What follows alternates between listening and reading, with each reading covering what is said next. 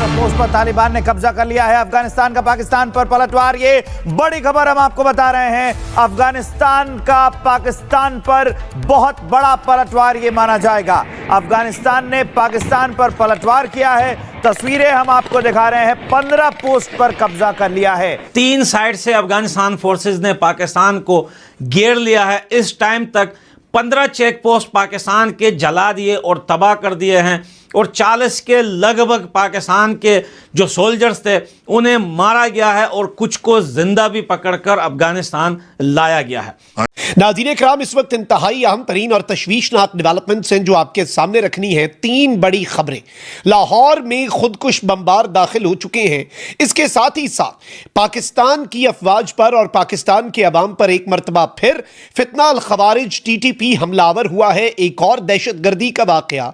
और तीसरी बड़ी खबर, बॉर्डर पर एक मरतबा फिर पाकिस्तान की अफवाज और तालिबानी फौजों के दरमियान झड़पों का आगाज हो चुका है।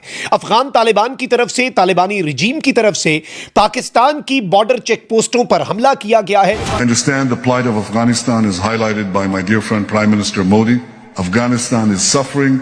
Afghanistan remains a strategic partner of India, and thus we consider Haibat Ullah as a partner of Israel. Afghanistan is doing its best to fight terrorism inside South Asia and requires all the support possible.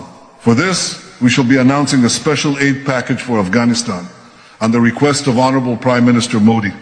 हमने 40 साल दूध पिलाया इनको।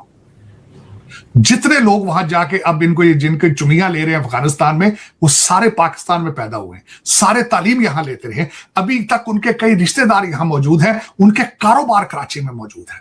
अफगानिस्तान को ये इसलिए समझ नहीं आ रहा कि इस वक्त जो है वो उन्हें जो भारत है उनकी आशीर्वाद हासिल है और भारत ने उनको ये ख्वाब दिखाया हुआ है कि आप हमले करें, हम आपके साथ खड़े हैं। सिर्फ तालिबान का खेल नहीं है, ये खेल हिंदुस्तान का है और अब हिंदुस्तान ने इजराइल को भी शामिल कर लिया है इस खेल में। अगर आप मोदी साहब की जो मुज़ाकरात और स्पीचेस जो इजराइल की विजिट में हुई हैं वो देखें आप, तो नजर आता है कि अब उन्होंने फैसला कर लिया है कि तालिबान को वो सपोर्ट करेंगे पाकिस्तान के खिलाफ। इजराइल के जो ऑब्जेक्टिव्स हैं वो पहले यानी ईरान को खत्म करना है और उसके बाद में पाकिस्तान के पीछे आना है और जो हमारी स्ट्रेटेजिक कैपेबिलिटीज हैं, एटमी ताकत है, उसको न्यूट्रलाइज करना है। सबक सीखना चाहिए इसराइल से। बहुत सारी ऐसी चीजें हैं जहां पर आप